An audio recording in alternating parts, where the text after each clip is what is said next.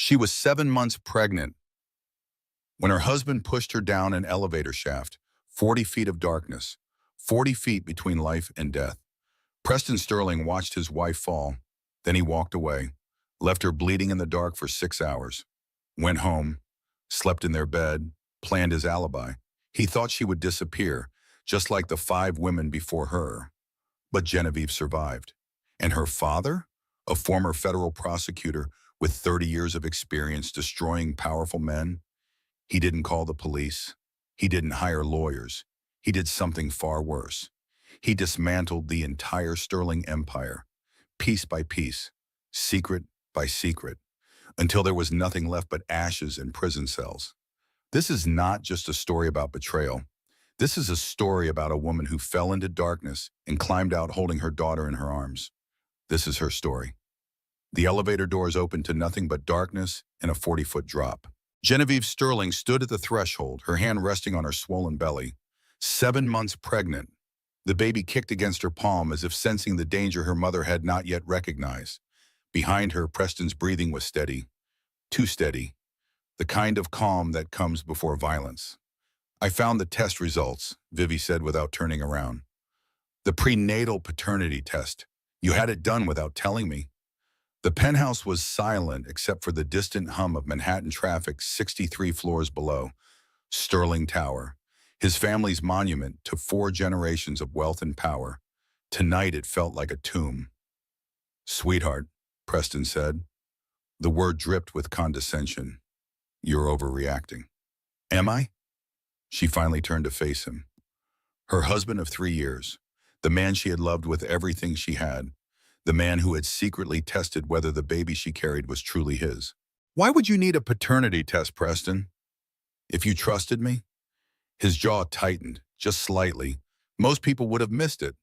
But Vivi had learned to read the micro-expressions, the tells, the small betrayals of his carefully constructed mask. "The results came back positive," she continued. "This baby is yours, but you already knew that. So why did you need proof?" Preston stepped closer. His Italian leather shoes clicked against the marble floor. "You've been spending a lot of time with your trainer. People talk." "People," Vivi laughed bitterly. "You mean your mother? Margot has been whispering poison in your ear since the day we met." "Don't bring my mother into this. She's been in this from the beginning. She never wanted you to marry me. I wasn't good enough for the Sterling legacy." Vivi's voice cracked. "But I loved you anyway. I gave you everything. And this is what I get? Secret DNA tests? Accusations?" Preston's hand shot out and grabbed her wrist. His grip was iron. His eyes were ice. "You need to calm down," he said. "The pregnancy hormones are making you irrational." There it was. The dismissal. The gaslighting. The pattern she had ignored for too long. "Let go of me. Vivi, listen to me carefully." His voice dropped to a whisper. "You're going to forget you found that test. You're going to go back to being the perfect Sterling wife, and you're never going to question me again." She wrenched her arm free. "Or what?" Preston smiled. It was the coldest thing she had ever seen. "Goodbye, sweetheart." His hand connected with her back, right between her shoulder blades. The same spot where he had placed his palm on their wedding day, guiding her down the aisle. Now it pushed her into the void. Time fractured. Vivi felt herself falling. The darkness of the elevator shaft swallowed her whole. Wind rushed past her ears, her arms pinwheeled, her mouth opened in a scream that seemed to stretch across eternity. The baby. Save the baby. Instinct took over. She twisted her body midair, curling around her belly like a shell protecting its pearl. If she was going to die, she would die shielding her daughter. Impact. But not the bottom. Her body slammed into something metal. A maintenance platform, 12 feet down, not 40. The blow shattered her left arm and cracked 3 ribs. Pain exploded through every nerve. But she was alive. The baby was alive. Above her, a face appeared in the elevator doorway. Preston, illuminated by the glow of his phone screen. He looked down at her crumpled body, watched, waited. Then he turned and walked away. The last thing Vivi saw before the darkness claimed her was the ceiling of the elevator shaft, concrete and steel and shadows. and somewhere far above, the click of her husband's footsteps retreating across the marble floor. She was going to die here, alone, in the dark. No, not alone, Tuss. Her hand found her belly. The baby kicked. Fight, Vivi whispered. We're going to fight. Then everything went black. The hospital room was white, too white, the kind of sterile brightness that belonged in nightmares. Genevieve's eyes fluttered open. Machines beeped in steady rhythm. An IV dripped clear fluid into her arm. The smell of antiseptic burned her nostrils. Where am I? What happened? Then it came rushing back. The elevator, the push, the fall. Her hand shot to her belly before her eyes could focus. The instinct that had saved them both was still there, still protecting. The baby? Her voice was a ragged whisper. A face swam into view. Gray hair, tired eyes, a jaw set like granite. Her father. Dad? Raymond Ashford leaned forward in his chair. He took her hand in both of his. His palms were warm, but his grip was trembling. Fighting, he said, like her mother. The doctors say she's a miracle. Both of you are. Tears spilled down Vivi's cheeks. Hot, uncontrollable. The relief was overwhelming. Her daughter was alive. Her baby was still inside her, still growing, still fighting. Preston, she managed to say, he pushed me. Dad, he tried to kill me. Raymond's expression didn't change, but something shifted behind his eyes. A darkness that Vivi had seen before. The same look he had worn during his 30 years as a federal prosecutor. The face he showed to murderers and monsters before he destroyed their lives with evidence and truth. I know, he said quietly. The maintenance worker found you. Security footage shows Preston leaving the penthouse at 11:52, alone. He told the doorman you were taking a bath and wanted to be left undisturbed. Vivi closed her eyes. The betrayal was complete. Not just the push, not just the attempted murder, but the calculated aftermath, the alibi, the plan to make her disappear. How long was I down there? 6 hours. You almost bled out. The doctors had to operate twice. Your arm is held together with titanium pins, 3 broken ribs, internal bleeding. But the baby, Raymond's voice cracked, just slightly. The baby is perfect. You protected her with your body. The doctors said they've never seen anything like it. 6 hours. She had lain in that elevator shaft for 6 hours while her husband went home and slept in their bed. Dad, what do we do? Raymond stood. He walked to the window. Outside, the sun was rising over the city. A new day, a new beginning. Tell me everything again, he said without turning around. Start from the moment you met Preston Sterling. Don't leave anything out. I need to know every detail, every conversation, every strange moment you dismissed or explained away. Why? Now he turned. His eyes were cold, focused, calculating. Because I'm going to destroy him, Genevieve. Not just arrest him, not just prosecute him. I'm going to dismantle everything the Sterling family has built for 4 generations. And when I'm done, the name Preston Sterling will be synonymous with monster. Vivi stared at her father, the man who had taught her right from wrong, the man who had devoted his life to justice, the man who had never once used his power for personal vengeance. Until now. Where do I start? She asked. Raymond pulled his chair closer to her bed. He took out a small notebook, the same kind he had used during 3 decades of federal investigations. The beginning, he said. Tell me about the night you met Preston Sterling, and don't spare any detail. I need to know the man I'm about to bury. The charity gala had been her mother's idea. $200 a plate, crystal chandeliers, women in designer gowns, men in tuxedos that cost more than most people's cars. Vivi had hated every minute of it. 3 years ago, she was 29, working as a legal researcher at a nonprofit, daughter of the famous prosecutor Raymond Ashford, but determined to make her own path, her own name. You look like you'd rather be anywhere else, a voice said behind her. She turned. The man was tall, handsome in that practiced way of people who had been admired their entire lives. Dark hair, blue eyes, a smile that seemed designed to disarm. Is it that obvious? Vivi asked. Only to someone who feels the same way. He extended his hand. Preston Sterling. She knew the name. Everyone knew the name. Sterling Corp. Real estate, finance. a family fortune that had survived 2 world wars and countless economic crashes. Genevieve Ashford, she said, shaking his hand. Raymond Ashford's daughter. Preston nodded. Your father put 3 of my family's business associates in prison. Vivi tensed. If they were guilty, they deserved it. Preston laughed. It sounded genuine. I'm not complaining. They were guilty. Your father just had the courage to prove it when no one else would. He tilted his head. You're the first woman tonight who's looked genuinely bored at one of my family's events. I think I'm in love. She should have recognized the warning signs. The charm that felt rehearsed. The compliments that came too easily. The way he made her feel like the only person in the room while simultaneously watching everyone else. But she was lonely and tired, and so desperate for someone who saw her as more than Raymond Ashford's daughter. Buy me a drink that doesn't cost $200, she said, and maybe I'll let you tell me more about yourself. Preston smiled. Done. That night, they left the gala together. He took her to a hole-in-the-wall diner in Brooklyn. They ate pancakes at midnight and talked until sunrise. He told her about the pressure of being a sterling heir, the expectations, the loneliness of growing up with money but no real connections. She believed every word. Sure. He was different back then, Vivi said from her hospital bed. Or I thought he was. Looking back, I can see the manipulation, but at the time it felt like fate. Raymond wrote in his notebook. His face revealed nothing. When did things change? Vivi closed her eyes. The memories were painful now, tainted by the truth of what Preston really was. After the wedding, small things at first, he didn't like my friends, said they were jealous of my new lifestyle.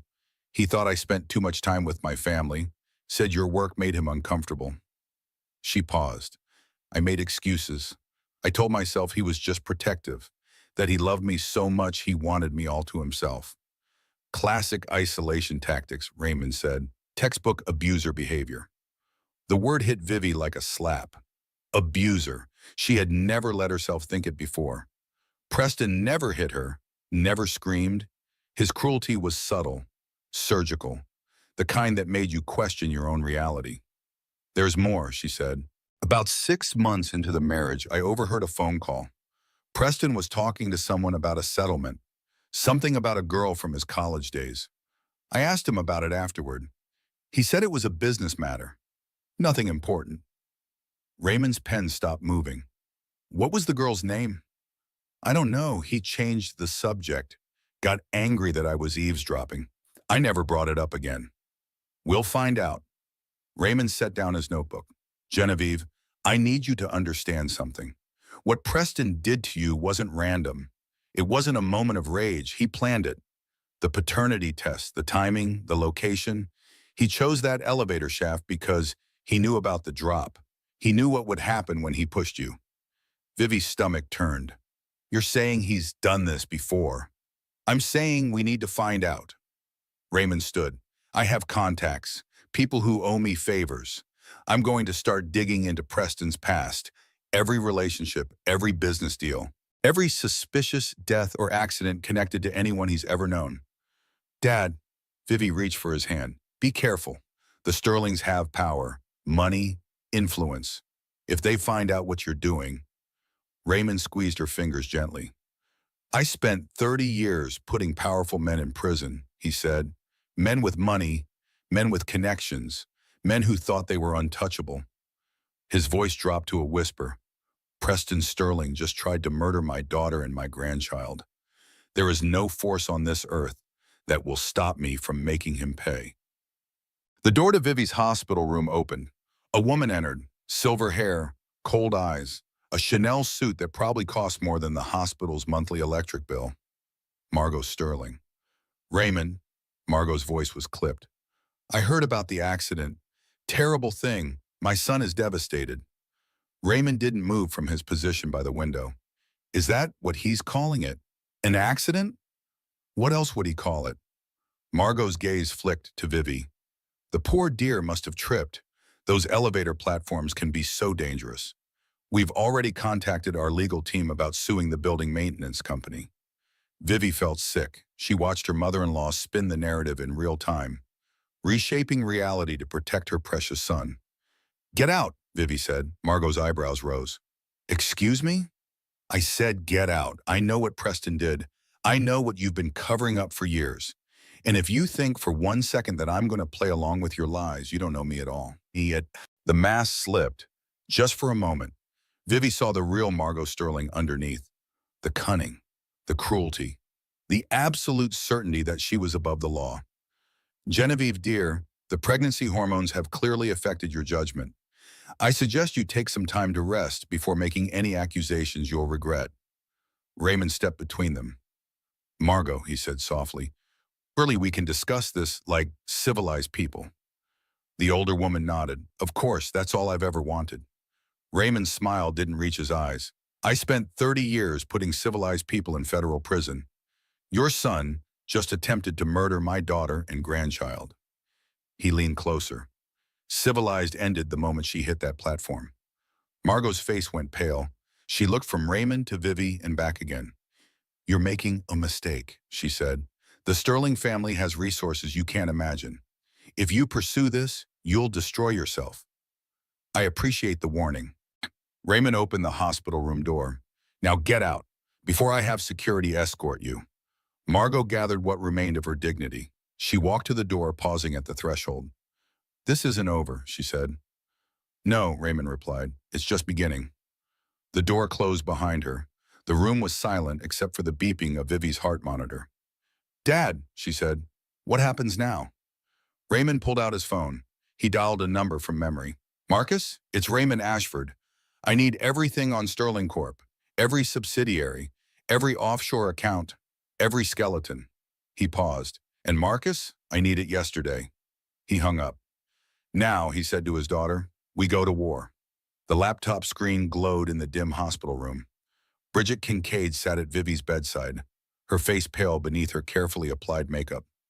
Vivi, she said slowly, I need to show you something, and you're going to want to throw this laptop across the room. 2 days had passed since the fall. Vivi was stable now.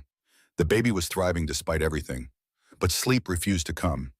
Every time she closed her eyes, she felt herself falling into the dark. What is it? Bridget turned the screen toward her. Search results, obituaries, news articles from years ago.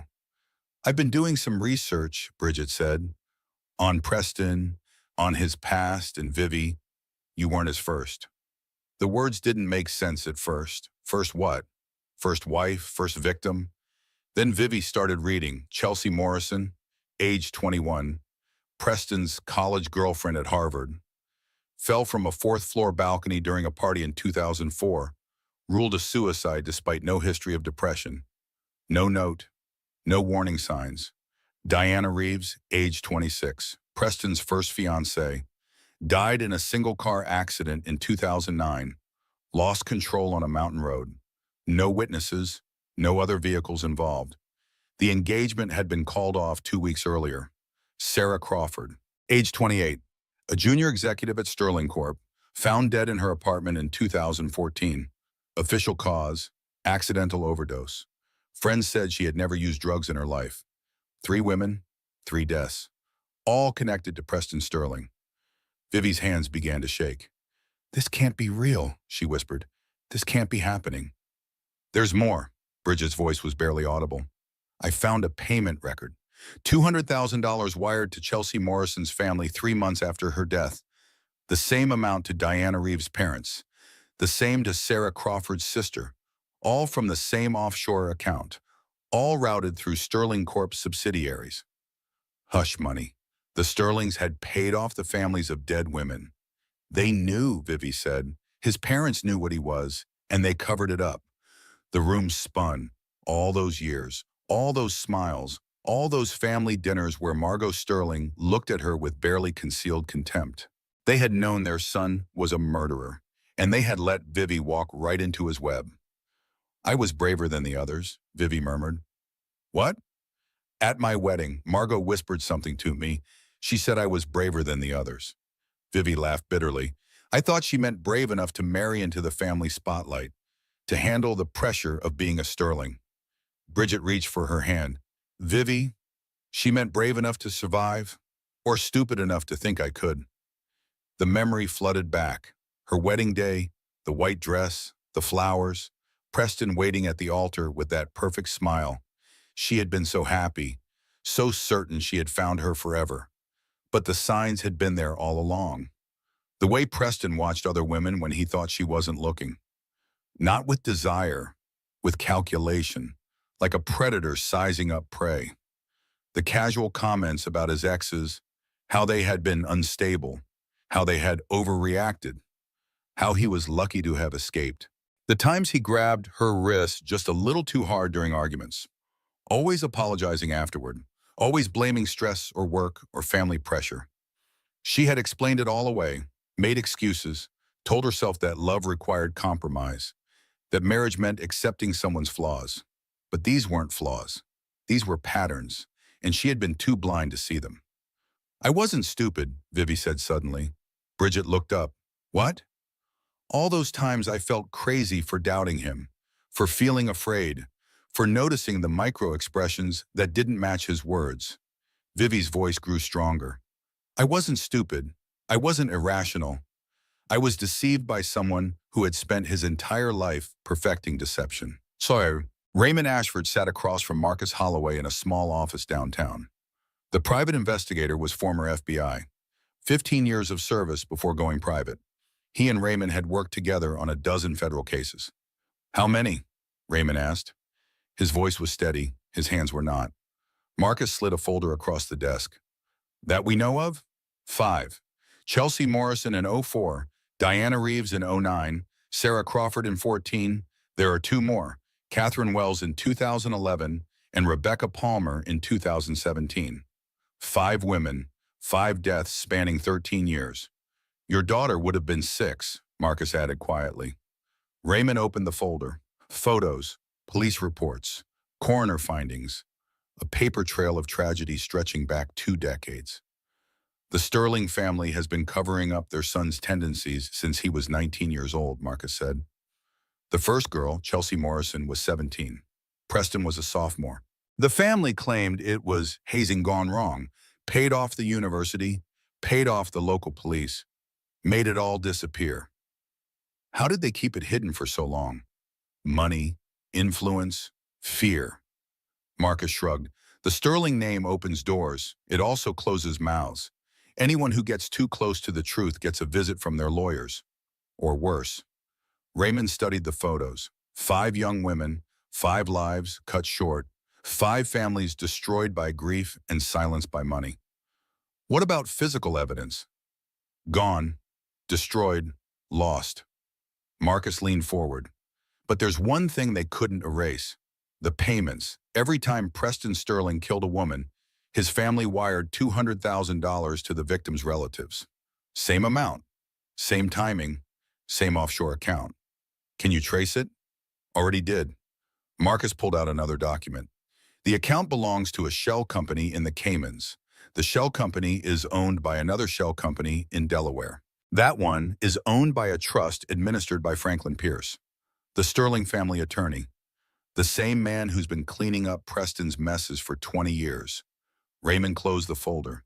His mind was already working, building the case, connecting the dots, finding the weakness in the Sterling armor. What do you need from me? He asked. Access, Marcus said. The Sterling family has insulated themselves behind layers of lawyers and money. But there's always someone who says, someone who saw something, someone who's been waiting for a chance to talk. Find them. I will. Marcus paused. Raymond, there's something else. Preston's pattern. It's accelerating. Chelsea Morrison in 04. Diana Reeves in 09. That's 5 years between victims. But Catherine Wells was only 2 years after Diana, and Rebecca Palmer was only 3 years after Sarah Crawford.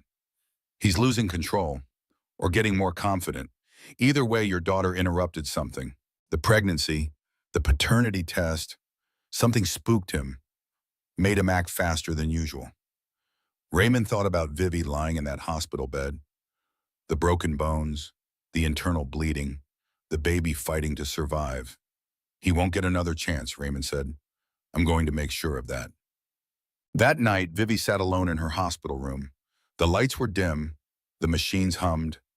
Outside, the city glittered with a million lights, oblivious to the darkness she had discovered. She found herself braiding her hair, a childhood habit. Her mother used to do this when she was scared. Now she did it herself, over and under, over and under. The repetitive motion calmed her racing thoughts.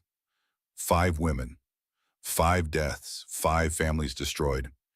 And she had almost been number 6. The baby kicked. Vivi placed her hand on her belly and felt a tiny life inside her, fighting to exist in a world that had tried to end her before she even began. "I'm going to protect you," Vivi whispered. "No matter what it takes, I'm going to protect you from him, from his family, from everything." The room was silent except for the beeping monitors, but in that silence, Vivi made a decision. She would not be a victim. She would not hide. She would not let Preston Sterling's name be the end of her story. It would be the beginning of his destruction. The corner office of Sterling Corp occupied the entire 52nd floor. Floor-to-ceiling windows offered a panoramic view of Manhattan, a testament to 4 generations of wealth, a monument to power. Preston Sterling sat behind his mahogany desk, his left arm in a sling, a prop, a piece of theater designed to support his story about trying to catch his falling wife. Franklin Pierce paced before him. The family attorney was sweating. His expensive suit was rumpled. His usual pompous demeanor had crumbled into something approaching panic. "The police are asking questions," Pierce said. "Your mother is managing the situation, but Raymond Ashford isn't a man who can be managed. My father-in-law is a retired prosecutor." Preston's voice was calm, almost bored. "He has no jurisdiction, no authority, no power. He has contacts. 30 years of contacts in federal law enforcement. The FBI, the DOJ, the IRS. Pierce stopped pacing. "And he has motive. You pushed his pregnant daughter down an elevator shaft." "Allegedly." "Preston, I've been cleaning up your messes since you were 19 years old. Chelsea Morrison, Diana Reeves, all the others. I've made every problem disappear. But this is different. Genevieve survived. She's talking. And her father has the resources to make people listen." Preston stood and walked to the window. The city spread out below him like a kingdom waiting to be conquered. "Then we'll bury him," Preston said, "like we bury everyone." Chair. Raymond's home office had transformed into a war room, 3 walls covered with documents, photos, timelines, a web of connections linking Preston Sterling to 2 decades of violence. Teddy Ashford sat at the computer, his fingers flying across the keyboard. Vivi's younger brother had built his tech company from nothing. He understood money, how it moved, how it hid. "Dad," Teddy said, "I found something." Raymond crossed the room. "What?" "The payments. $200,000 before each death. I traced them through 17 shell companies." Teddy pointed at the screen. "They all lead back to the same account in the Caymans. But here's the thing. The wire transfers happened 3 days before each victim died. Every single time. He was paying in advance." "For what?" Raymond studied the pattern. 3 days before Chelsea Morrison fell from that balcony. 3 days before Diana Reeves lost control of her car. 3 days before Sarah Crawford overdosed on drugs she never used. "Cleanup," Raymond said. "He pays someone to handle the aftermath. Make it look like an accident. Destroy evidence. Silence witnesses." "There's more." Teddy pulled up another document. The same account received a deposit 3 days before Vivi's fall, $200,000. The implications were staggering. Preston hadn't just pushed his wife on impulse. He had planned it, budgeted for it, treated her murder as a line item on a spreadsheet. "Can you trace who receives the money?" "Working on it." Teddy rubbed his eyes. "But whoever it is, they're good, really good. This isn't some amateur covering tracks. This is professional level money laundering." "Keep digging." Raymond picked up his phone. "I have a meeting." "With who?" "Franklin Pierce. He wants to make a deal." The meeting took place at a neutral location, a conference room at a midtown law firm. Neutral ground, witnesses, everything proper and above board. Franklin Pierce sat on one side of the table. Raymond sat on the other. $20 million, Pierce said. Genevieve signs a non-disclosure agreement. No criminal charges, no civil suits, No public statements. The Sterling family makes this all go away. Raymond said nothing. It's a generous offer, Pierce continued. More than generous. Your daughter gets financial security for life. Your grandchild grows up wealthy. Everyone moves on. Franklin, Raymond's voice was quiet. Do you remember the Morrison case? 2008? You represented the family. I prosecuted. Pierce's face went pale. That was different. Was it? Raymond leaned forward. Because I still have those files. Every document, every deposition, every piece of evidence that mysteriously vanished before trial. He paused. I wonder what the Bar Association would think about how you obtained certain testimony. That case was dismissed. On a technicality that you manufactured. Raymond smiled. It was not a pleasant expression. I've been holding on to that information for 16 years, waiting for the right moment. Pierce's hands trembled. What do you want? I want the truth. Every victim, every payment, every person the Sterling family has bribed or threatened or silenced. Raymond stood. You have 48 hours to decide which side of history you want to be on. After that, the choice will no longer be yours to make. Vivi's hospital room had become her sanctuary. The monitors had been removed. She could walk now, carefully with help. The baby was strong, growing, fighting. Her father visited every afternoon. He never told her the details of his investigation. Only that progress was being made. Today, Dr. Nadine Weaver came for her daily checkup. The obstetrician was thorough, professional, but there was warmth in her eyes. The baby is remarkable, Dr. Weaver said.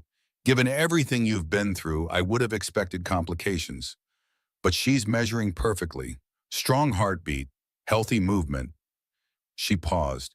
She's a survivor, like her mother. Vivi placed her hand on the monitor screen. The ultrasound image was grainy, but she could see the outline of her daughter, the curve of her spine, the tiny fingers, the beating heart. Her name is going to be Ruth, Vivi said, after my grandmother. That's beautiful. She taught my father that justice isn't revenge, it's restoration. Vivi looked at the screen, at the life she had protected with her own body. I want my daughter to grow up knowing that the right thing isn't always the easy thing, but it's always worth fighting for. Dr. Weaver squeezed her hand. She's lucky to have you as her mother. Vivi smiled. For the first time since the fall, it felt genuine. We're lucky to have each other. So, that night, Raymond received a call, a blocked number, a voice he didn't recognize. Mr. Ashford, my name isn't important. What's important is what I know. I'm listening. Preston Sterling has been killing women for 20 years, and someone has been helping him cover it up. Someone very close to him. Who are you? Someone who's tired of looking the other way. A pause. Check the maintenance records for Sterling Tower. The elevator where your daughter fell. It was scheduled for repair 3 days before her accident. The work order was canceled. By Preston himself. The line went dead. Raymond stared at his phone. Another piece of the puzzle. Another thread to pull. He would pull them all, one by one, until the entire tapestry of Sterling lies unraveled at his feet. Margot Sterling's townhouse occupied an entire block on the Upper East Side. 4 stories of old money elegance. Marble floors, antique furniture, paintings that belonged in museums. She stood in her private study, phone pressed to her ear. Her voice was ice. The Ashford situation requires the usual solution, she said. Yes, the daughter.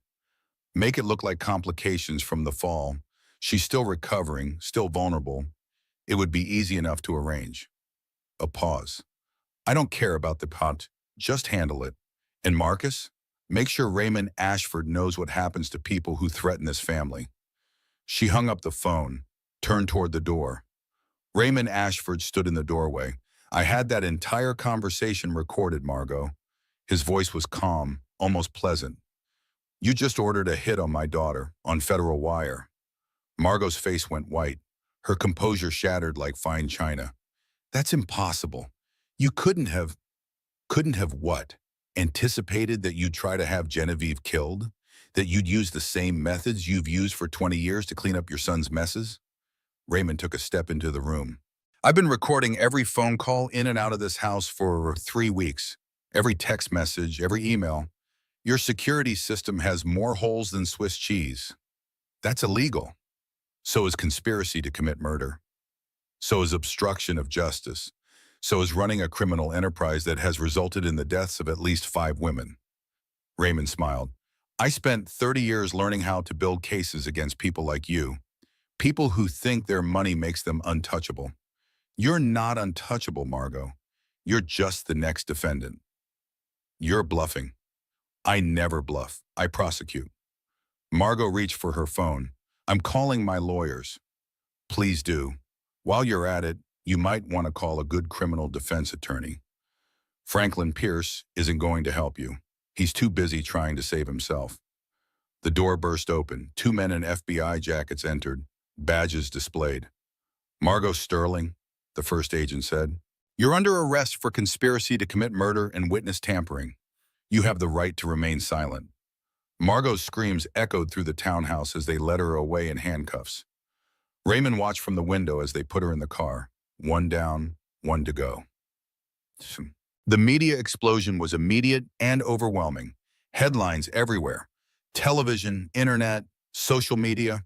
The Sterling name that had commanded respect for 4 generations was now synonymous with scandal.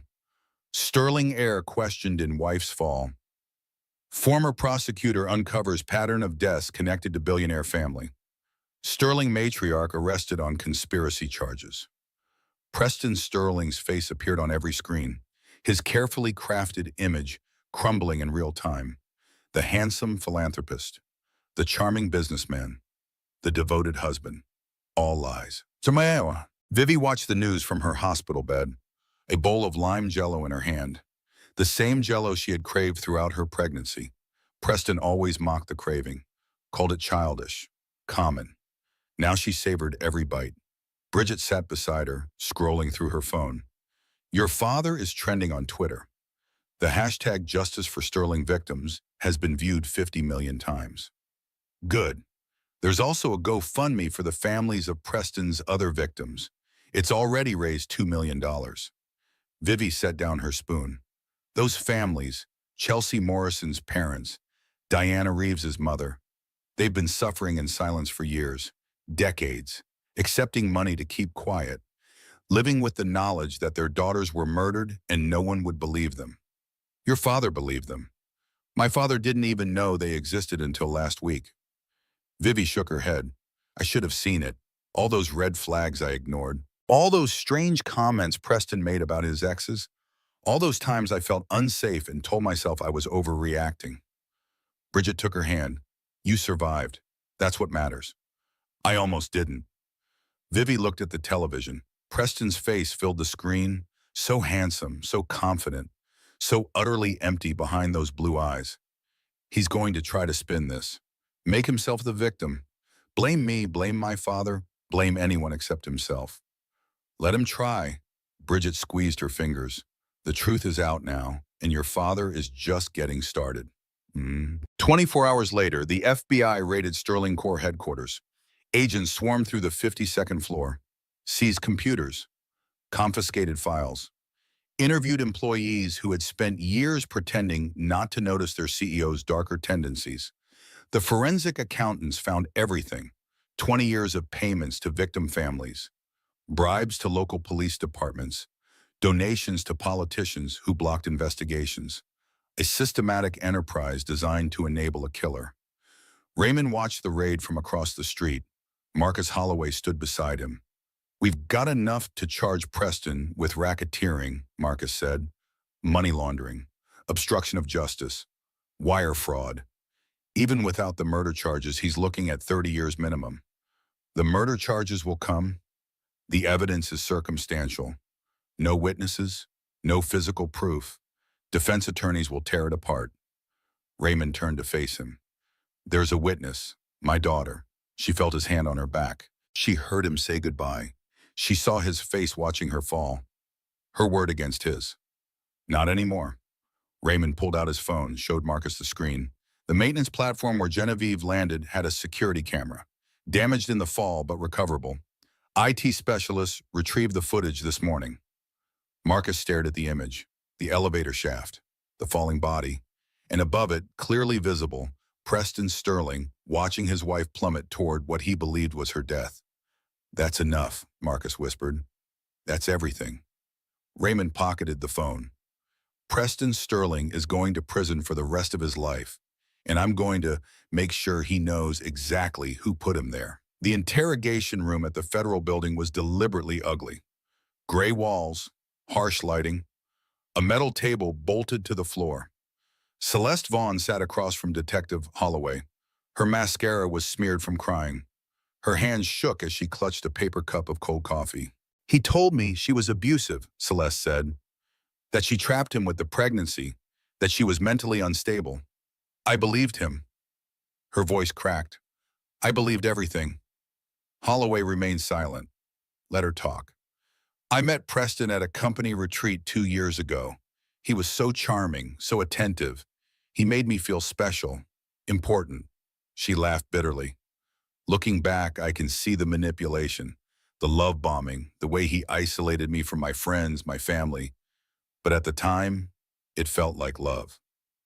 "When did you start suspecting something was wrong?" "About 6 months ago, Preston started acting strange, paranoid. He kept checking Genevieve's phone, tracking her location. He said he thought she was having an affair." Celeste shook her head. "I think he was looking for an excuse, a reason to—" "A reason to what?" She took a deep breath. "A reason to do what he did to the others." Holloway's expression didn't change, but his grip on his pen tightened. "What do you know about the others?" Celeste reached into her purse, pulled out a USB drive, slid it across the table. "He kept records," she said, "of all of them. Photos, videos, personal information. He called it his insurance." Her eyes filled with fresh tears. "I found it on his computer last week. After what happened to Genevieve, I realized I had been sleeping with a monster." Holloway took the USB drive carefully.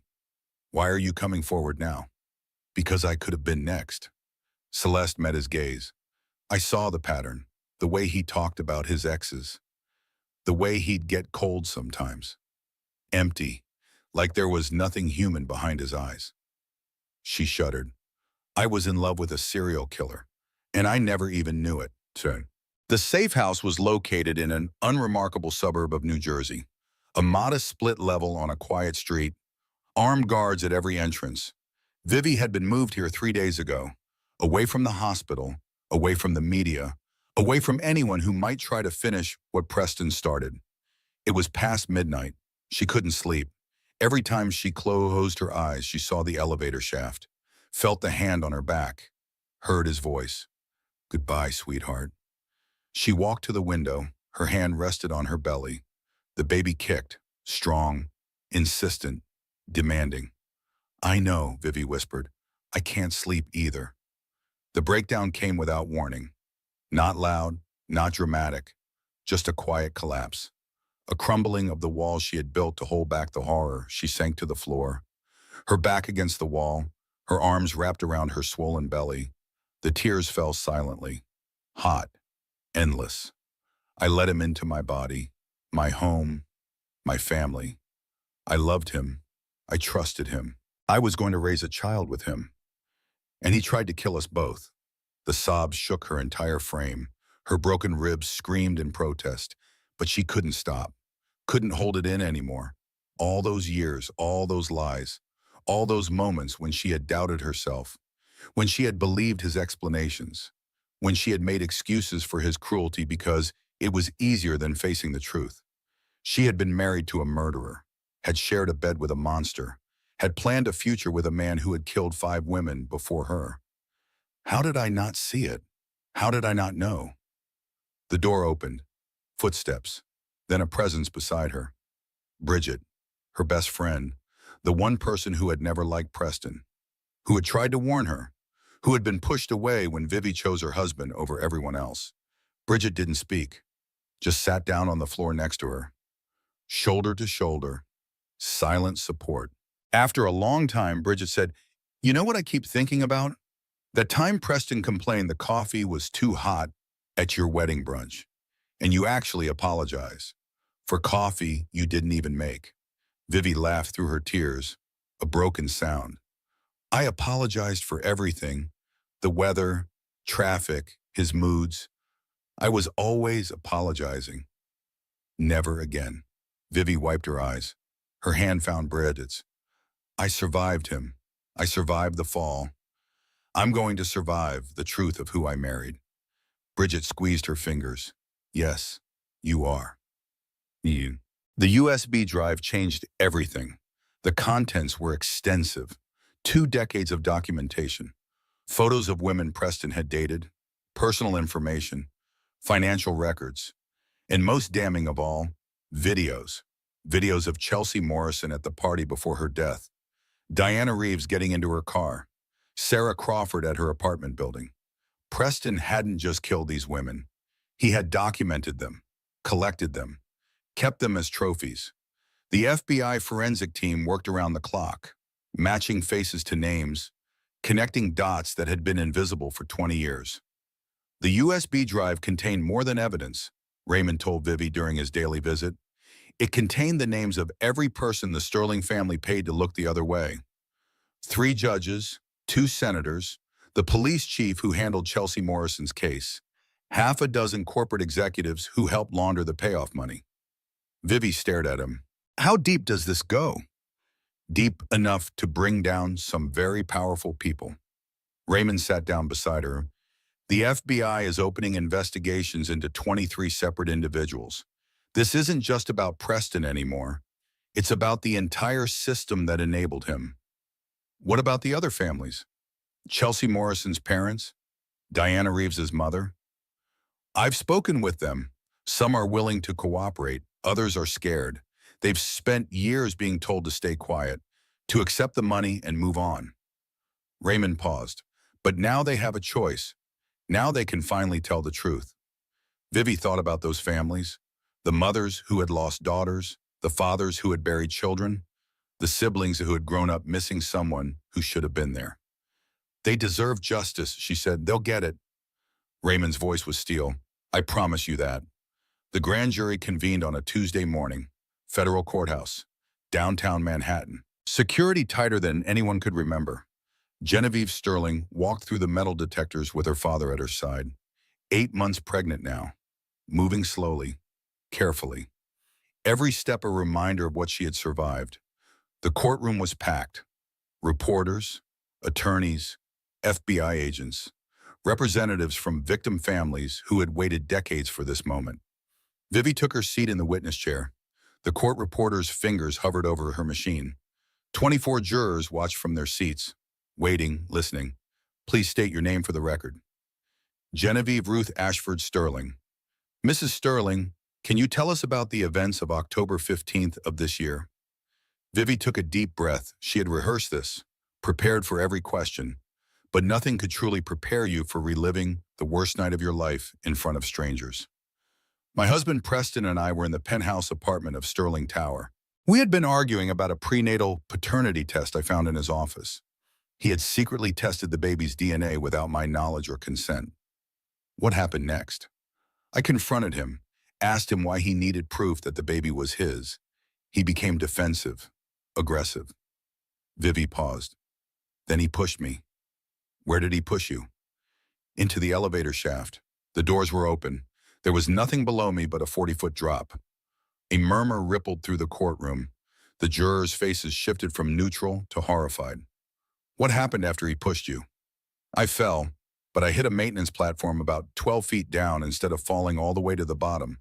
I broke my arm, cracked 3 ribs, suffered internal bleeding. Vivi's hand moved to her belly. But my baby survived. We both did. Did you see your husband's face during or after the fall? Yes, Vivi's voice was steady now, strong. He looked at me while I fell. He watched to make sure I was dead. And when I didn't die immediately, he turned and walked away. He left me there, in the dark, bleeding, alone. One of the jurors, an older woman, had tears streaming down her face. Another juror, a middle-aged man, gripped the armrest of his chair until his knuckles went white. Mrs. Sterling, were you aware of any prior incidents involving your husband and other women? Not at the time. I've since learned that Preston has a history of violence against women. At least 5 other women died under suspicious circumstances while involved with him. Chelsea Morrison, Diana Reeves, Catherine Wells, Sarah Crawford, Rebecca Palmer. Vivi looked directly at the jurors. I would have been number 6. Preston Sterling held his own press conference that afternoon. Standing on the courthouse steps, flanked by his new legal team, cameras flashing, microphones thrust toward his face. My wife is unwell, Preston said. His voice was smooth, practiced. The same charm that had fooled Vivi for years. The pregnancy has been difficult. The hormonal changes have affected her judgment, her memory. He paused for effect, blinked away what might have been tears. I love her. I would never harm her or our child. These accusations are baseless. I'm confident that the truth will come out. A reporter shouted from the crowd, What about Chelsea Morrison? Preston's smile didn't waver. I don't know anyone by that name. What about Diana Reeves? A tragic accident. I was devastated by her loss. What about Sarah Crawford? The smile flickered, just for a moment, just long enough for the cameras to catch. I have no further comment, Preston said. He turned to leave, but another reporter called out, cutting through the noise. Mr. Sterling, the FBI has released footage from the elevator shaft security camera. It clearly shows you pushing your wife. Do you have a response? Preston froze. His mask slipped completely. For one moment, the cameras captured the real Preston Sterling. The empty eyes, the cold calculation, the utter lack of human emotion. Then he was gone, swept away by his lawyers, retreating into the shadows where he had always hidden.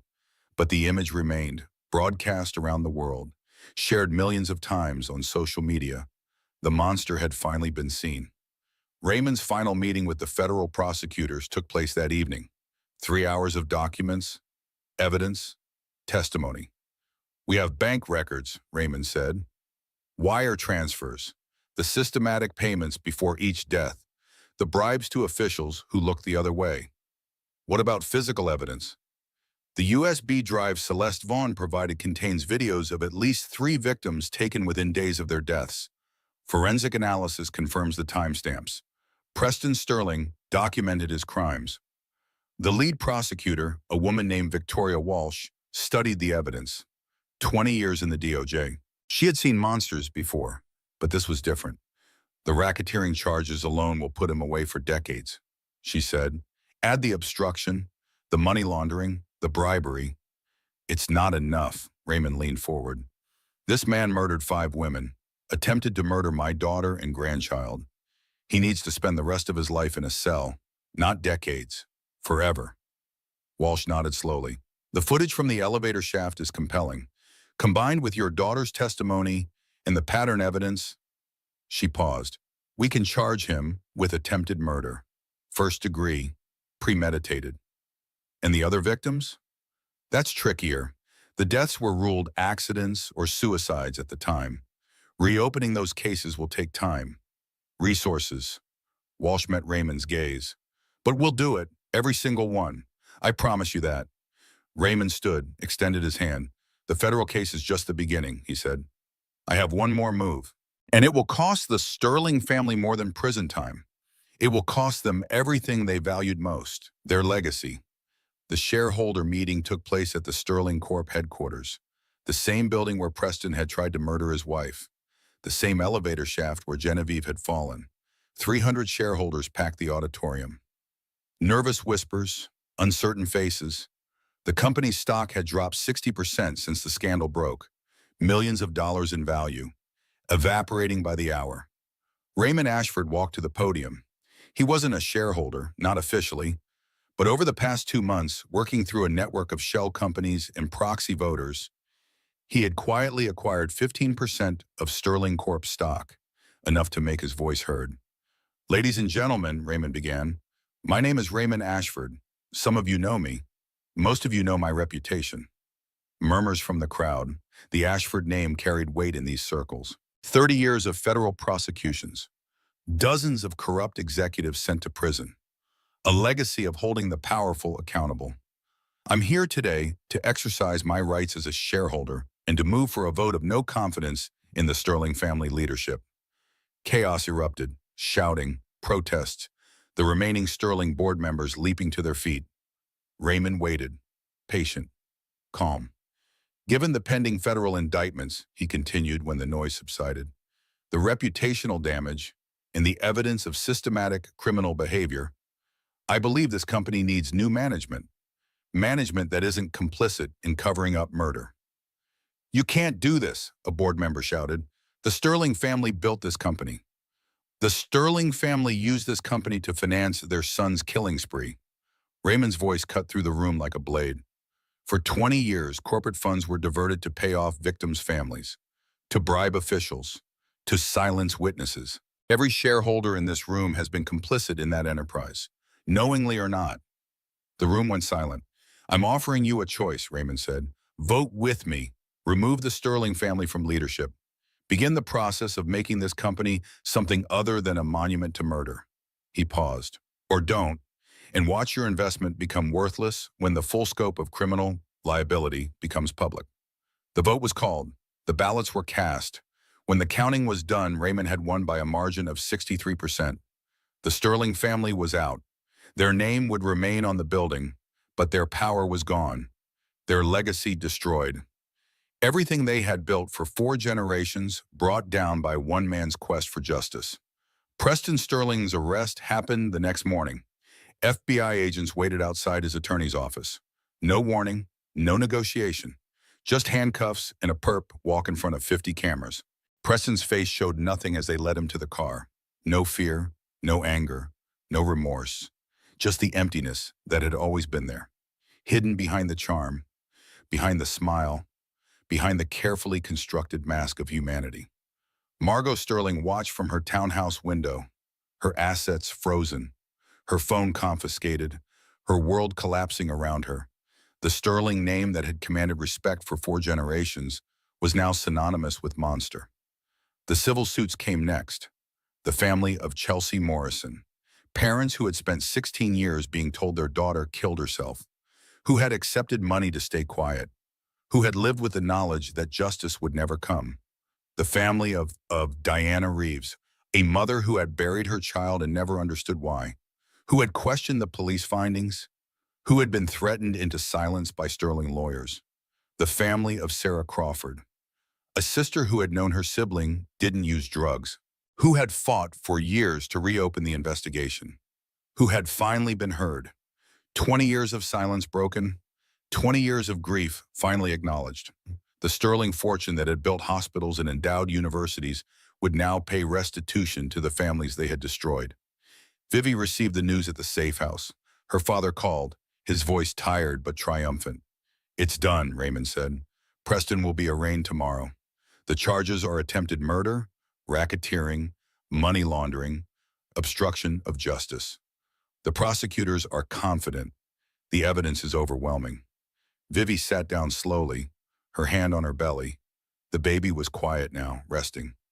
What about his mother? Margot's trial is scheduled for next month. Conspiracy, ordering a hit on you. 20 years of obstruction. Raymond paused. She'll die in prison, Genevieve. They both will. The tears came, but these were different. Not tears of pain, not tears of fear, tears of release, of closure, of the long nightmare finally ending. Thank you, Dad. Don't thank me. Raymond's voice softened. You survived. You testified. You found the courage to tell the truth when it would have been so much easier to stay silent. A pause. I'm proud of you, sweetheart. So proud. Vivi wiped her eyes. I couldn't have done it without you. Yes, you could have. You were always stronger than you knew. Raymond cleared his throat. Now get some rest. You have a baby to deliver, and a whole new life to begin. The contractions started at 3:17 in the morning. Vivi had been dreaming. Not the nightmares that had plagued her for months. Not the falling, not the darkness, not Preston's face watching her plummet into the void. Something different. Something peaceful. A garden. sunlight streaming through apple trees, a little girl with dark hair running through wildflowers, laughing, free, safe. Then the pain, sharp, urgent, unmistakable, like a fist clenching inside her belly. Vivi's eyes flew open. The safe house bedroom was dark, silent except for the distant hum of the security system. Another contraction, stronger this time, radiating from her lower back to her abdomen like a wave of fire. "It's time," she whispered to the empty room. "Oh God, it's time." Her hands found her belly. 8 months and 3 weeks. Early, but not dangerously so. The doctors had warned her this might happen. The trauma of the fall, the stress of the trial. The body sometimes decides it's had enough. She reached for her phone. Speed dial 1, her father. "Dad," her voice was steady, calmer than she felt. "The baby's coming." Raymond Ashford had faced down murderers, testified before Congress, prosecuted men who had threatened to destroy him and everyone he loved. But the sound of his daughter's voice telling him his grandchild was on the way reduced him to something approaching panic. "I'm on my way, 20 minutes, don't move. I'm calling the hospital. I'm calling Teddy. I am calling Bridget. Don't move." "Dad." "What?" "Breathe." A pause, then a laugh, shaky but genuine. "That's supposed to be my line." "I know. I learned from the best." The drive to Mount Sinai took 43 minutes. Raymond broke every speed limit. Teddy sat in the passenger seat calling ahead to the hospital. Bridget had beaten them all, somehow arriving before the ambulance that transported Vivi from the safe house. The private maternity wing had been secured days earlier. Armed guards at every entrance. No press, no cameras, no one without explicit clearance. This moment belonged to Vivi and her family. After everything they had endured, they had earned that privacy. The labor room was state-of-the-art. Soft lighting that could be adjusted, a sound system playing gentle music, medical equipment disguised behind warm wood panels.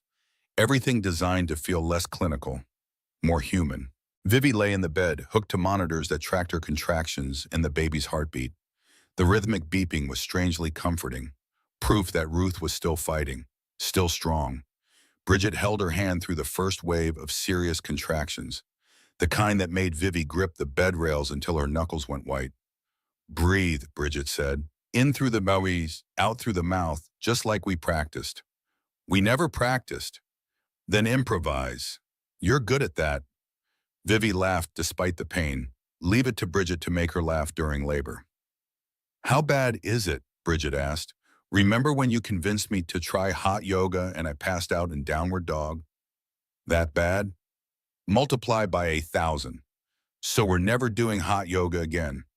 We're never doing anything again. I'm never moving from this bed."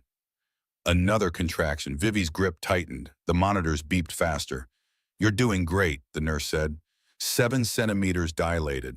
"A few more hours." A few more hours. Vivi closed her eyes. She could do this. She had survived Preston Sterling. She had survived the fall. She had survived 6 months of investigations and testimonies and having her entire life dissected by strangers. She could survive childbirth. The hours stretched like taffy. Time lost all meaning. There was only the pain, the pressure, the relentless march towards something inevitable. Raymond paced in the waiting room, back and forth, wearing a path in the expensive carpet. Teddy tried to distract him, showed him funny videos on his phone, talked about the tech company he was building. Anything to fill the silence. "Dad, sit down. You're making me dizzy." "I can't sit. I've been sitting for 6 months. Sitting in courtrooms, sitting in meetings, sitting across from lawyers and prosecutors and FBI agents." Raymond ran his hands through his gray hair. "I need to move. I need to do something." "There's nothing to do. She's in good hands. The doctors are the best. The security is tight. Everything is under control." "Nothing is under control." Raymond stopped pacing, looked at his son. "When your mother was in labor with you, I thought I knew what fear was. I thought I understood what it meant to be helpless. But this," he shook his head, "after everything Genevieve has been through, everything that monster put her through, and now she has to do this, alone." "She's not alone. Bridget is with her." That's not what I mean. Raymond sat down heavily. I mean without a partner, without someone who loves her the way she deserves to be loved. She's bringing a child into the world, and the father of that child tried to kill them both. Teddy was quiet for a moment. Then he reached over and put his hand on his father's shoulder. She has us, he said. She has you. She has me. She has Bridget and the whole extended family and everyone who's been fighting for her since this started. He paused. Ruth isn't going to grow up without love, Dad. She's going to grow up with more love than she knows what to do with. Raymond looked at his son, this young man who had grown up while Raymond was consumed with work, with cases, with putting away the bad guys while his own family sometimes felt like an afterthought. When did you get so wise? I had a good teacher. Teddy smiled. Even if he wasn't always around. I'm sorry for all the times I wasn't there. You're here now, that's what matters. The waiting room door opened. A nurse appeared. Mr. Ashford, there's been a complication. The word complication echoed through Raymond's skull as he followed the nurse down the corridor.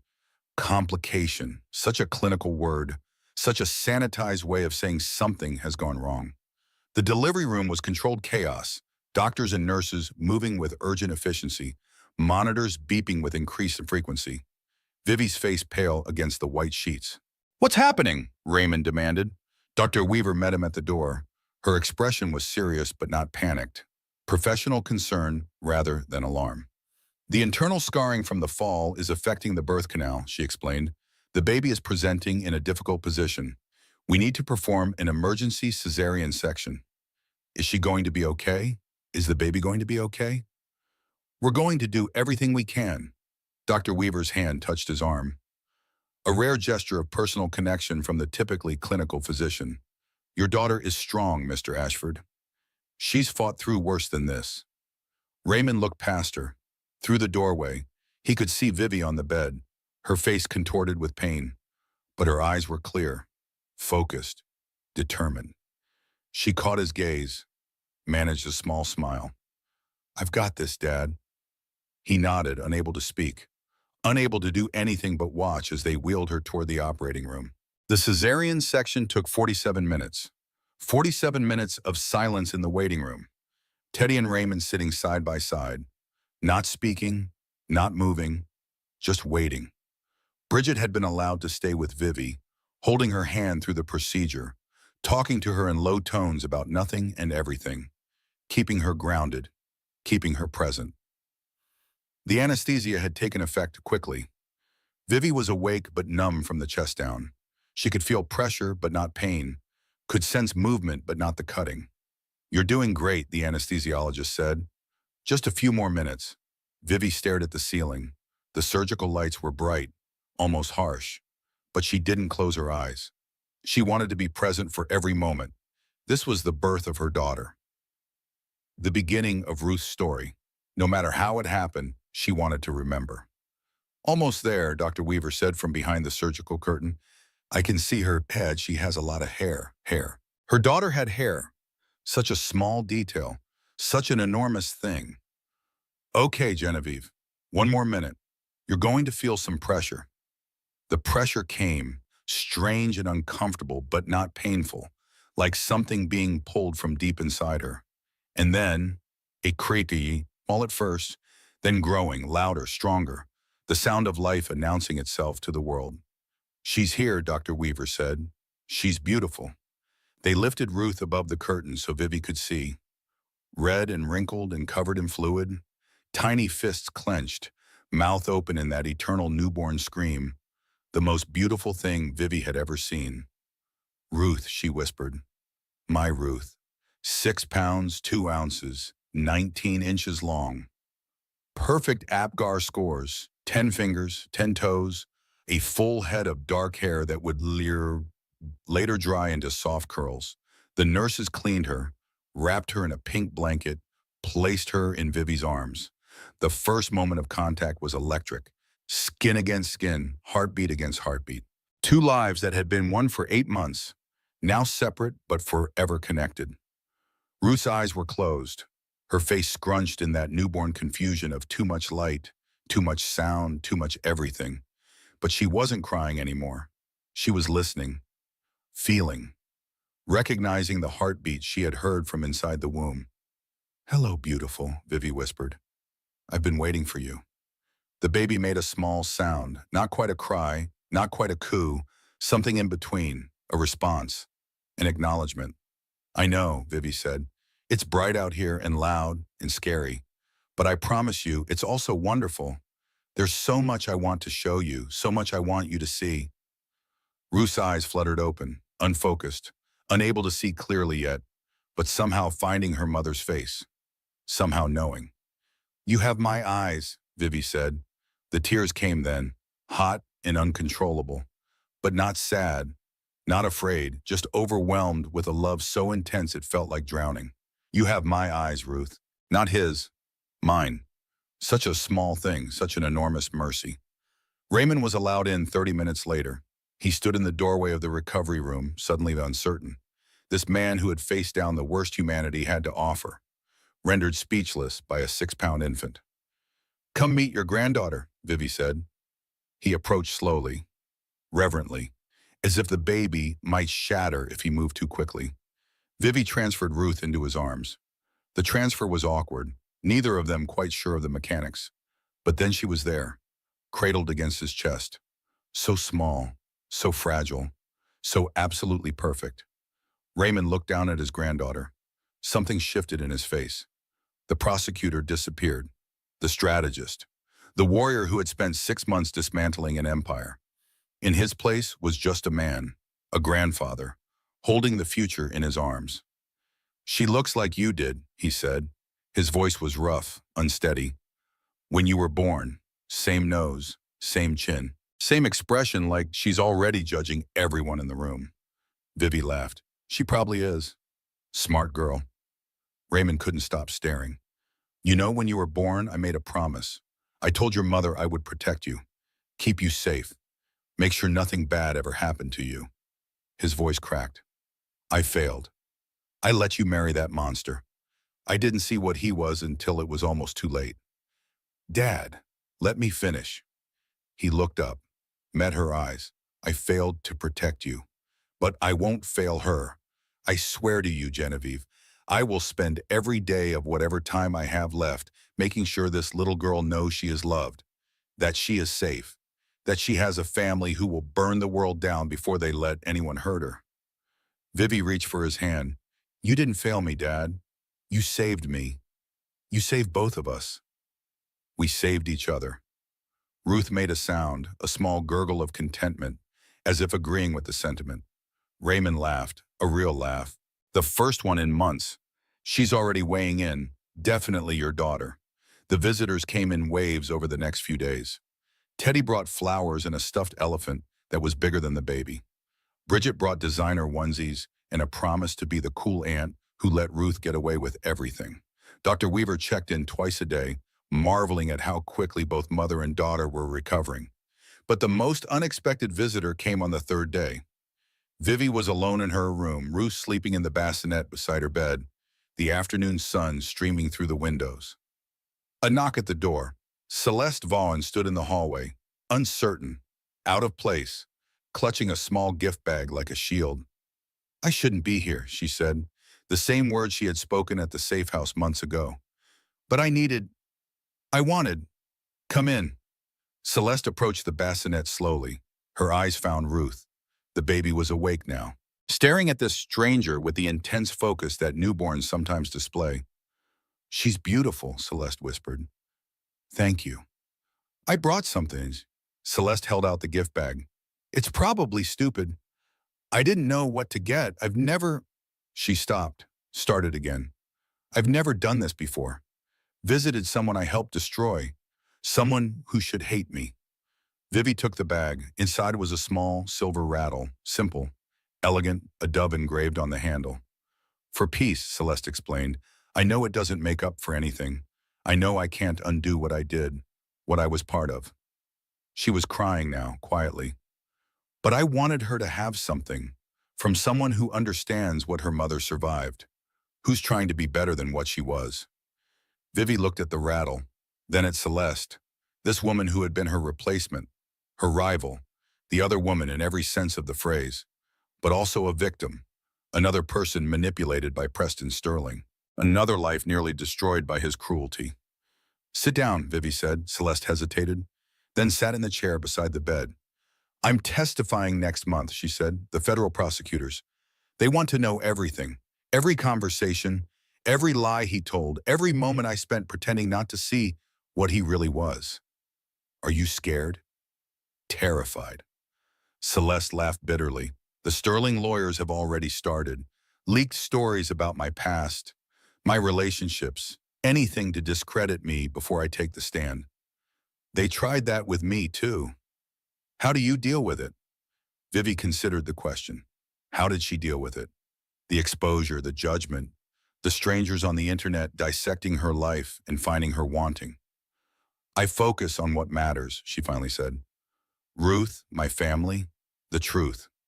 She paused. "Everything else is noise." Celeste nodded slowly. "I envy you, that clarity, that certainty." She looked at Ruth. "Maybe that's what motherhood does. Gives you something bigger than yourself to fight for." "Maybe?" Vivi shifted in the bed. "Or maybe it's what surviving does. Strips away everything that doesn't matter until you're left with what does." They sat in silence for a moment. Two women connected by the worst person they had ever known, finding something like understanding in the space between. "I should go," Celeste said. "You need rest, and I've taken enough of your time." She stood, walked to the door, paused. "Thank you," she said, "for not hating me, for letting me see her." A pause, "For showing me that it's possible to come out the other side of something like this and still be human." Vivi watched her go, then looked at Ruth. The baby was watching too, those unfocused newborn eyes somehow seeing everything. "That was complicated," Vivi told her daughter. "Life is going to be full of complicated things. People who hurt you, people who help you. Sometimes the same person doing both." Ruth blinked. "The trick," Vivi continued, "is figuring out which is which, and having the courage to forgive when forgiveness is deserved." The baby yawned. Apparently philosophical discussions were exhausting. "Fair point," Vivi said. "We'll save the rest for when you're older." The verdict came down on a Tuesday, 6 months after Ruth's birth, 6 months of motions and hearings and legal maneuvering. 6 months of the Sterling defense team throwing everything they had at the prosecution's case. None of it worked. The evidence was overwhelming. The elevator footage, the financial records, the testimonies of Celeste Vaughn, and dozens of others who had finally found the courage to speak. Preston Sterling III, guilty on all counts. Attempted murder in the first degree, premeditated, conspiracy to commit murder, racketeering, money laundering, obstruction of justice, bribery of public officials. Sentence: life imprisonment without the possibility of parole. Margot Sterling's trial had concluded a month earlier. The matriarch of the Sterling dynasty, the woman who had protected her son's secrets for 20 years, who had ordered a hit on her own daughter-in-law, guilty of conspiracy to commit murder, guilty of obstruction of justice, guilty of witness tampering. 25 years in federal prison. She would die behind bars. Vivi watched the verdict announcement from her living room. Ruth in her arms, the television on mute. She didn't need to hear the words. She could see them on the faces of the reporters, the prosecutors, the families of the victims who had waited decades for this moment. Justice. Not perfect justice. Nothing could bring back Chelsea Morrison or Diana Reeves or Catherine Wells or Sarah Crawford or Rebecca Palmer. Nothing could erase the years of silence, the years of fear, the years of wondering if anyone would ever believe them. But this was something, an acknowledgement, a reckoning. A line drawn in the sand that said, "No more." Raymond called moments after the verdict. "It's done," he said. "It's finally done." Vivi looked at her daughter, 6 months old, growing so fast, already trying to grab everything within reach. "No," she said, "it's just beginning." The courthouse steps were crowded with cameras and reporters and onlookers. The verdict had drawn international attention. The fall of a dynasty, the triumph of truth over wealth and power. Vivi walked through the chaos with Ruth in her arms. Security flanked her on all sides. But she didn't hurry, didn't hide. Let them see. Let them photograph. Let them witness what survival looked like. A reporter shouted a question. "Mrs. Sterling, how do you feel about the verdict?" She paused, turned toward the cameras. Ruth was awake, looking at the crowd with wide eyes, taking in this strange new world of flashing lights and shouting voices. Vivi smiled, not triumphant, not vindictive, something quieter, something stronger. Peace. "My name," she said clearly, "is Genevieve Ashford, and I feel like the rest of my life just started." Then she walked down the steps, into the waiting car, away from the past and toward everything that came next. 2 years later, the house sat on 3 acres of Connecticut countryside, a white Cape Cod with blue shutters, a wraparound porch with rocking chairs, a garden that bloomed with flowers from April to October.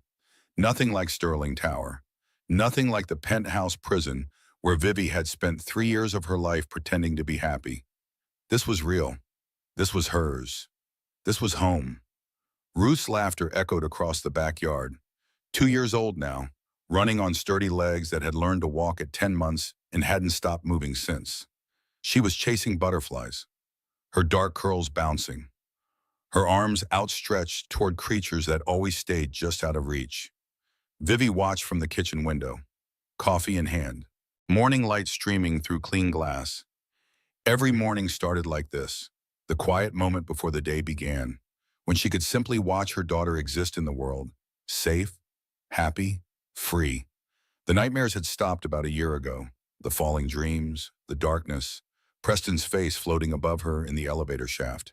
Therapy had helped, time had helped, but mostly Ruth had helped. Hard to dwell in the past when the present demanded so much attention. The doorbell rang.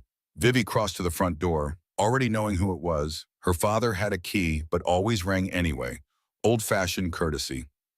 Raymond Ashford stood on the porch, a stuffed giraffe under one arm, a bakery box in his hands. "Grandpa!" Ruth had somehow heard the bell from the backyard, come racing around the house, launched herself at Raymond's legs with the full force of toddler enthusiasm. He laughed, set down the bakery box, scooped her up with an ease that belied his 63 years. "There's my favorite girl. I'm chasing butterflies. Did you catch any?" "No, they're too fast." "That's okay. The best things in life are worth chasing, even if you never catch them." Ruth considered this wisdom with the gravity only a 2-year-old could muster, then squirmed to be put down. "Come see my garden." She grabbed his hand, pulled him toward the backyard. Raymond shot Vivi a helpless look over his shoulder. "Coffee's on the counter," she called after him. "I'll bring it out." The garden had been Ruth's project, or at least she had helped plant seeds in the spring. Watched them grow all summer, taking personal credit for every flower that bloomed. Raymond let her give the full tour, nodding seriously at each discovery, asking questions about colors and names and which flowers were her favorites. Vivi brought coffee and joined them on the patio. The morning was warm but not hot, a perfect September day. "You know," Raymond said, settling into one of the rocking chairs, "when you were little you had a garden too. Nothing this impressive, but you were proud of it." "I don't remember." "You were 3. We had just moved to the house in Westchester. Your mother planted tomatoes, and you decided they were yours, watered them every day, talked to them." He smiled at the memory. "When they finally produced fruit, you were so proud. Made us eat them at every meal for a month." Vivi tried to summon the memory. It was there somewhere, buried under decades of other moments. "I miss her," she said. "Mom, I wish she could have met Ruth. She would have loved her." Raymond watched his granddaughter dig in the dirt with focused determination. "She would have loved all of this, what you've built, who you've become." "Who I've become," Vivi laughed softly. "Some days I'm not sure who that is." "You're a survivor, a mother, a voice for people who didn't have one." Raymond turned to face her. "Do you know how many families you've helped? Not just the Sterling victims. Others, people who saw your testimony and found the courage to come forward about their own situations." Vivi had heard the stories, the letters that arrived at her attorney's office, the messages on the foundation's website. Women who had watched her testimony and recognized their own lives, who had found the strength to leave, to speak, to fight. I just told the truth. The truth is the most powerful weapon there is. I spent 30 years learning that. Raymond sipped his coffee. Speaking of which, I got a call yesterday from the Department of Justice. About? They're reopening the cold cases. All five of them. Chelsea Morrison, Diana Reeves, Catherine Wells, Sarah Crawford, Rebecca Palmer. He paused. The forensic technology has advanced. Combined with the financial evidence, they think they can upgrade the charges. Murder in the first degree. For all of them. Vivi processed this information. More trials, more testimony, more reliving of the nightmare she had escaped, but also more justice. More closure for families who had waited even longer than she had. What do you need from me? Nothing yet, but they may want you to testify again about the pattern, about what you observed during your marriage. Raymond reached for her hand. You don't have to. You've done enough. More than enough. I'll do it. The words came without hesitation. Those families deserve the same thing I got. A verdict, an acknowledgement that what happened to their daughters wasn't an accident, wasn't suicide, wasn't anything other than what it was. Murder. Murder. Vivi nodded. And if my testimony helps prove that, then I'll testify as many times as they need. Raymond squeezed her hand. Your mother would be so proud. The Survivors Advocacy Foundation had been Vivi's idea, a way to channel everything she had experienced into something constructive. The Ashford Foundation for Domestic Violence Survivors, funded initially by a portion of Vivi's divorce settlement, grown through donations from people touched by her story. The office was in downtown Hartford. Nothing fancy, a converted warehouse space with exposed brick and big windows, desks for the staff, meeting rooms for support groups, a crisis hotline that operated 24 hours a day. Vivi visited once a week, more when she could manage it. Today she brought Ruth. This is where Mommy works, she explained as they walked through the front door. Ruth looked around with wide eyes. The office was buzzing with activity, phones ringing, people typing, conversations happening in every corner. It's loud, Ruth observed. Yes, because lots of people need help, and these are the people who help them. A woman approached, Sarah Chen, the foundation's executive director. Brilliant, compassionate, a survivor herself, though her story was her own to tell. Genevieve, and this must be Ruth. Sarah crouched down to Ruth's level. I've heard so much about you. Your mommy says you're the best helper in the world. Ruth considered this. I help with the garden. That's very important work. Flowers need water. They certainly do. Sarah stood. We have some new volunteers starting today. Would you like to say a few words? Nothing formal. Just welcome them. Let them know what they're part of. Vivi nodded. She had done this before, found that she was good at it, though public speaking had never been her strength. But talking about this, about survival, about hope, that was different. That came from somewhere deeper than skill. The conference room held about 20 people, new volunteers, some eager, some nervous, all committed to making a difference. Vivi stood at the front of the room, Ruth in a chair beside her, coloring in a book someone had provided. Thank you for being here, Vivi began. I know you all have other things you could be doing, jobs, families, lives that don't include spending your free time helping strangers through the worst moments of theirs. She paused, let the words settle. But you chose this. You chose to be here. And that choice matters more than you know. A young woman in the front row was crying quietly. Vivi recognized the signs. A survivor, probably recent, finding her way back to solid ground. When I was thrown down that elevator shaft, I thought my story was ending. I thought everything I had worked for, dreamed about, hoped for was gone. In a single moment, the man I loved tried to erase me from existence. The room was silent. Even Ruth had stopped coloring. But I survived, not because I was strong, not because I was special. I survived because I wasn't alone, because I had people who believed me when I told the truth, people who fought for me when I was too broken to fight for myself. She looked at each face in the room. That's what you're doing here. You're becoming that person for someone else, The one who believes, the one who fights, the one who says, I see you, I believe you, you're not alone. The young woman in the front row raised her hand. How do you know what to say when someone tells you their story? Vivi considered the question. You don't need to know exactly what to say. You just need to listen, really listen. Not to respond, not to fix, just to witness. She paused. Most survivors have spent so long being told their experiences didn't matter, that they were exaggerating, that they were wrong. Sometimes the most powerful thing you can say is, I believe you. The session continued. Questions and answers. Practical information about resources and protocols. But Vivi kept coming back to that core truth. I believe you. 3 words that had saved her life. The afternoon brought an unexpected visitor. Vivi was in her office reviewing grant applications when Sarah knocked on the door. There's someone here to see you. Says her name is Margaret Morrison. Morrison. Vivi's heart clenched. Chelsea Morrison's mother? Sarah nodded. Should I tell her you're busy? Vivi took a breath. No, send her in. Margaret Morrison was in her 60s, silver hair, tired eyes that had seen too much sorrow. She entered the office slowly, hesitantly, as if unsure she belonged. Mrs. Ashford, thank you for seeing me. Please call me Genevieve and sit down. Margaret lowered herself into the chair across from Vivi's desk, her hands twisted in her lap. I wasn't sure I should come. We've never met. And what I have to say, it's been 16 years. 16 years of silence, of taking their money and pretending my daughter killed herself. Vivi waited. Let the woman speak at her own pace. Chelsea didn't kill herself. Margaret's voice cracked. She was happy, in love, planning her future.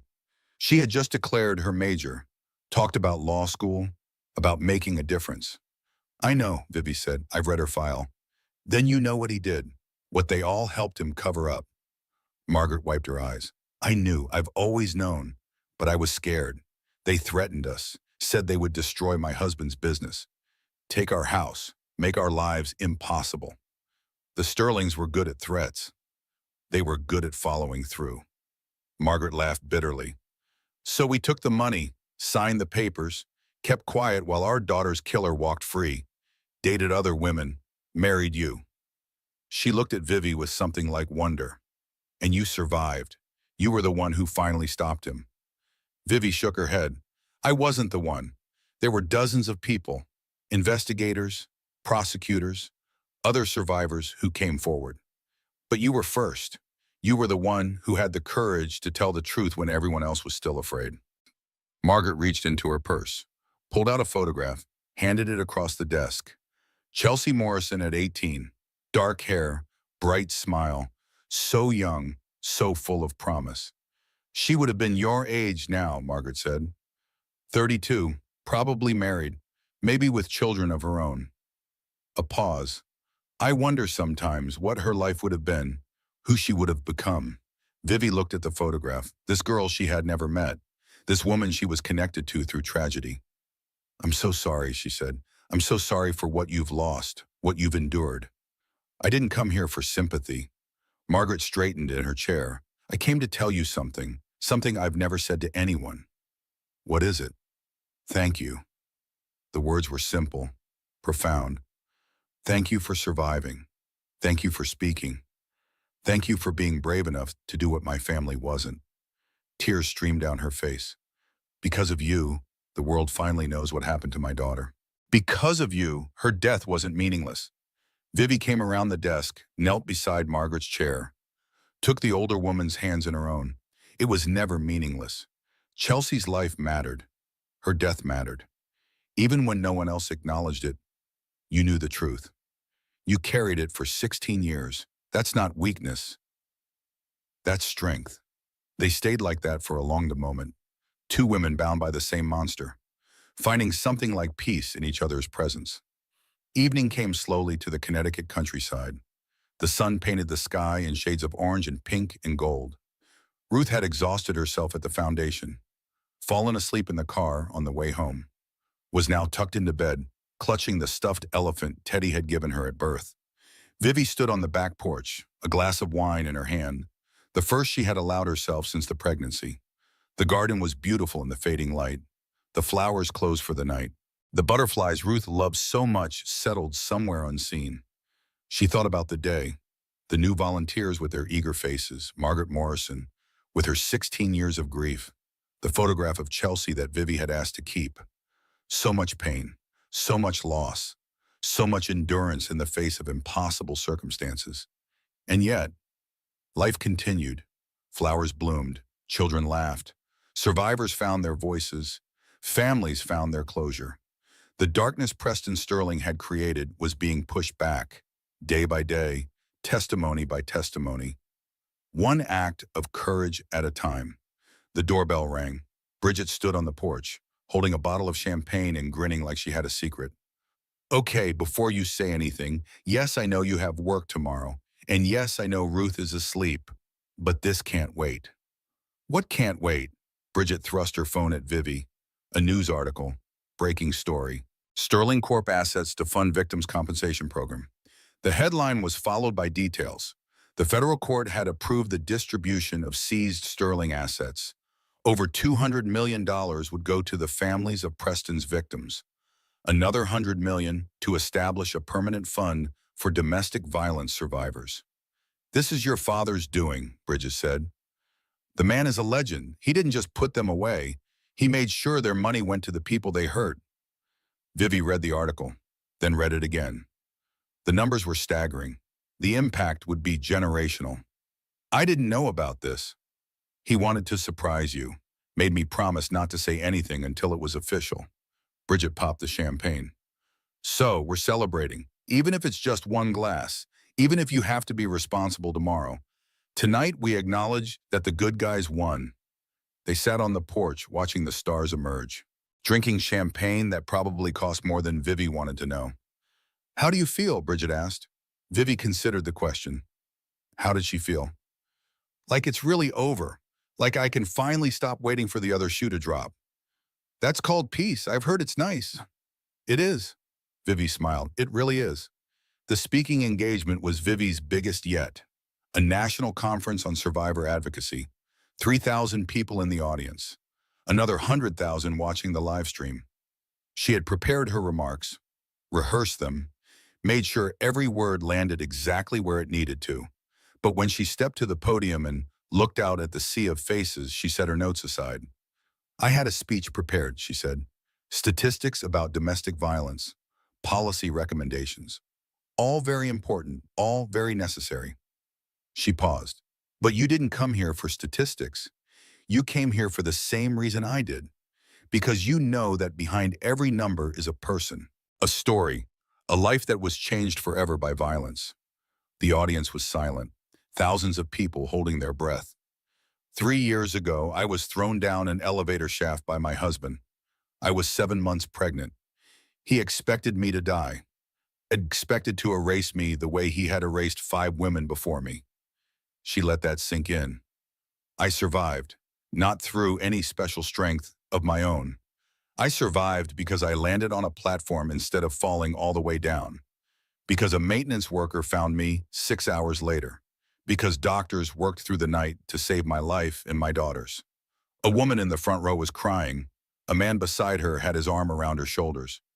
People asked me how I moved on, how I found peace, how I rebuilt my life after everything was destroyed. Vivi took a breath. I tell them, I didn't move on. I moved through. There's no shortcut past the pain, no bypass around the trauma.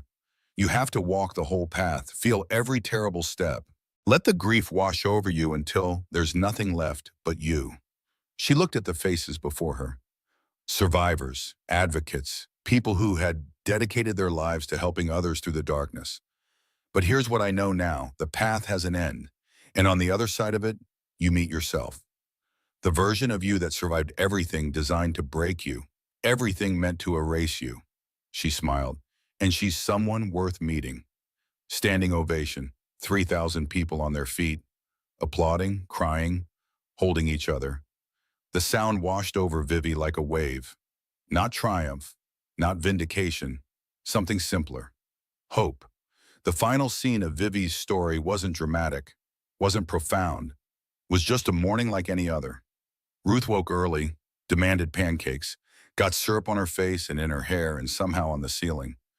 Bridget came by with coffee and gossip about the preschool parent drama. Raymond called to check in, to talk about Ruth's upcoming birthday party, to remind Vivi how much he loved her. Teddy texted a picture of himself at some tech conference, looking successful, looking happy, looking nothing like the worried young man who had paced the hospital waiting room while his niece was being born. The foundation sent updates, new volunteers trained, new families helped, new lives saved. Margaret Morrison sent flowers. A standing order. Every week since their meeting, a reminder that grief and gratitude could coexist. And Ruth. Ruth played in her garden, chased butterflies she would never catch, laughed at jokes only she understood, grew taller every day, more confident, more herself. Vivi watched her daughter from the kitchen window, coffee in hand, morning light streaming through clean glass. This was her life now. Not the sterling penthouse, not the charity galas, not the crystal and marble and careful performances. Just this, a messy kitchen, a sticky toddler, a family that had been forged in fire and come out stronger. Ruth looked up, caught her mother watching, waved with both hands. "Mommy, come see." Vivi set down her coffee, walked out to the garden. Let her daughter show her the latest butterfly, the newest flower, the small wonders that made up a child's world. "It's beautiful," she said. "I know." Ruth's confidence was absolute, the certainty of someone who had never been told they weren't enough. Vivi knelt beside her, brushed a curl from her face, felt the fierce love that still surprised her every single day. "You know what the best part is?" she asked. "What?" "That you're here to see it, that we're here together." Ruth considered this with the gravity of a 2-year-old philosopher. "That is good," she agreed, and "Yes," Vivi said, "it really is." Later that evening, after Ruth was asleep and the house was quiet, Vivi returned to the back porch. The stars were out. Millions of them, more than you could ever see from Sterling Tower. She thought about the journey. The 3 years since the fall, the darkness and the light, the despair and the hope, the woman she had been and the woman she had become. He threw me down that shaft expecting me to disappear. Like the others, like all his secrets, like everything inconvenient that stood between him and what he wanted. But I didn't fall into darkness. I fell into the rest of my life, and it's a life he'll never touch. Somewhere in a federal prison, Preston Sterling sat in a cell, his fortune confiscated, his name destroyed, his legacy erased. He would spend every remaining day of his existence staring at concrete walls, knowing that the woman he tried to kill was living, thriving, teaching their daughter to chase butterflies in a garden he would never see. That was justice, not the clean ending of movies and television, not the satisfying conclusion of simple narratives. Real justice. Messy, imperfect, but absolutely undeniably real. Vivi raised her face to the stars. "Thank you," she whispered. To the universe, to fate, to whatever force had put that maintenance platform in her path, had kept her heart beating through 6 hours of darkness, had given her father the strength to dismantle an empire, had brought Ruth safely into the world. "Thank you for the second chance. I won't waste it." The stars didn't answer. They never did. But that was okay. Some things didn't need answers. They just needed acknowledgement. Vivi stood, stretched, took one last look at the garden where her daughter had played. Tomorrow would bring new challenges, new opportunities, new moments to be present for. But tonight there was peace, and that was more than enough. Genevieve fell 40 feet into darkness. She rose 40,000 feet into the light. Some stories end with revenge. This one ended with something better. A daughter who will never know her father's cruelty. A grandfather who proved that justice still exists. A woman who transformed her pain into power for thousands of other survivors. If this story touched your heart, do me a small favor. Hit that subscribe button so you never miss another story like this one. Leave a comment telling me which moment hit you the hardest. I read every single one. And if you know someone who needs to hear that survival is possible, share this with them, because sometimes the right story at the right time can change everything. Until next time, stay strong, stay hopeful, and never stop fighting.